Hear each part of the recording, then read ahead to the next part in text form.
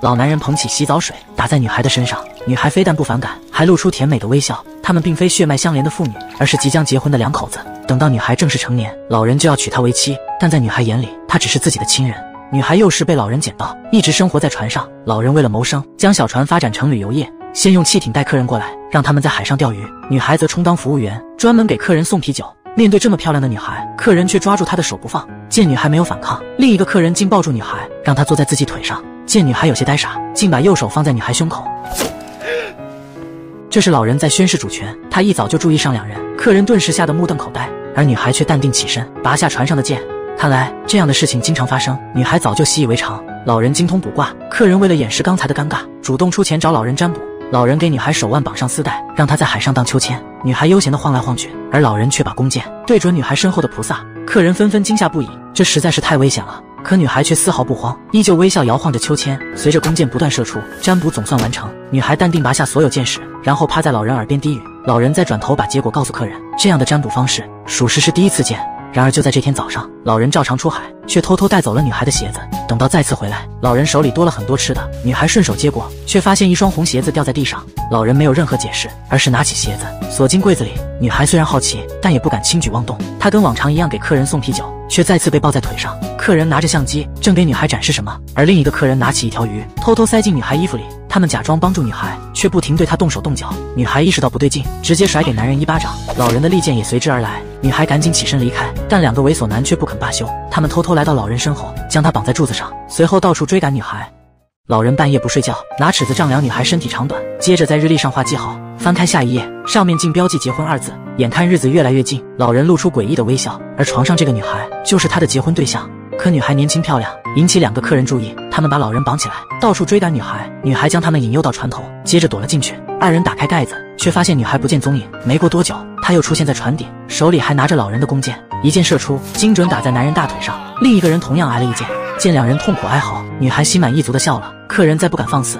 船上过了几天平静日子，直到一个男孩的到来，打破老人的计划。小金长得眉清目秀，女孩很是喜欢，她不由自主地想要靠近小金，而小金也对女孩深深着迷。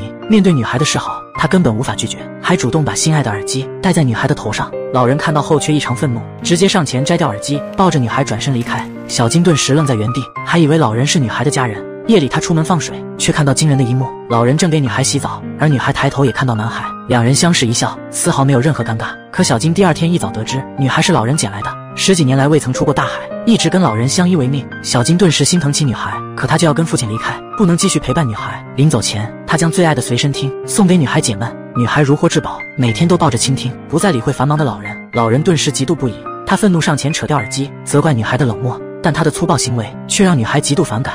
当老人帮她洗澡的时候，女孩开始不耐烦地拒绝，感觉自己被冷落。老人窝了一肚子火，为了那天快点到来，早日跟女孩结婚，他竟偷偷在日历上画红叉。可女孩却越来越讨厌老人，为了报复他，每当有客人上船，女孩就故意坐到男人身边，依偎在对方怀里。老人顿时醋意大发，愤怒地将客人赶走。他再次给日历打叉，偷偷又多画好几笔，担心女孩逃走，半夜睡觉也要拉住她的手。女孩清楚他的意图，越发的反感老人。幸运的是，之前见过一面的男孩再次来到船上钓鱼，两人刚见面就表现得极为亲密，这可把老人气坏了。他决定要报复男孩。女孩蹲在木板上方便，男孩赶紧转头回避，可女孩却满脸微笑，一直盯着男孩看。男孩也害羞的微笑回应。为了防止女孩逃走，老人睡觉要抓住她的手。可就在这天夜里，老人一伸手，却发现女孩不见了。他急忙四处寻找，却不知道女孩已经躲进男孩被子里。他们刚要说悄悄话，老人就破门而入。他将男孩拽到船上，坚决要送他离开。男孩也不妥协，他警告老人，自己一定会帮女孩找到亲生父母。老人彻底被激怒，天刚亮，他就赶走所有的客人，然后撕碎了日历，锯断床板，将上下床改成了双人床。担心夜长梦多，他必须赶紧跟女孩结婚。岂料第二天一早，男孩就赶了过来，手里还有女孩的寻人启事。原来他的父母一直在找他。老人没有说话，而是将纸愤怒撕碎。想起老人精通占卜，男孩提议让他自己算一卦，看女孩会不会离开。老人立即准备就绪，然而这次他的手却不听使唤，颤抖个不停。幸亏男孩及时拉开绳子，否则女孩已经被他射死。女孩拔掉所有的箭，接着趴在老人耳边低语。随后老人再小声告诉男孩什么，看来女孩肯定会走。男孩告诉老人，他们明天一早就会离开。老人默不作声地回到房间，却不甘心放走女孩，嫉妒再次蒙蔽他的双眼。他将绳子绑住小船，这头却套在自己脖子上。等到女孩乘船离开，绳子逐渐拉紧，老人被憋得满脸通红。原来他就是要赌一把，看女孩会不会为自己留下。女孩很快意识到不对劲，急忙停下小船，割断绳子，迅速赶了回去。她捧着老人的脸，满是愧疚和不舍。她果然上当了。为了报答养育之恩，女孩决定满足老人的愿望。在男孩的注视下，一老一小举行了婚礼。他们搭上小船，留下男孩待在原地，不知去了什么地方。眼看四周风平浪静，老人走到女孩面前，给她解开了外衣。他也将自己的外衣脱下，接着捧起女孩的脸，轻轻亲吻她的脸颊，随后转身跑到船头，拉起了二胡。女孩渐渐睡了过去，而老人却朝天射了一箭，接着毫不犹豫跳进大海。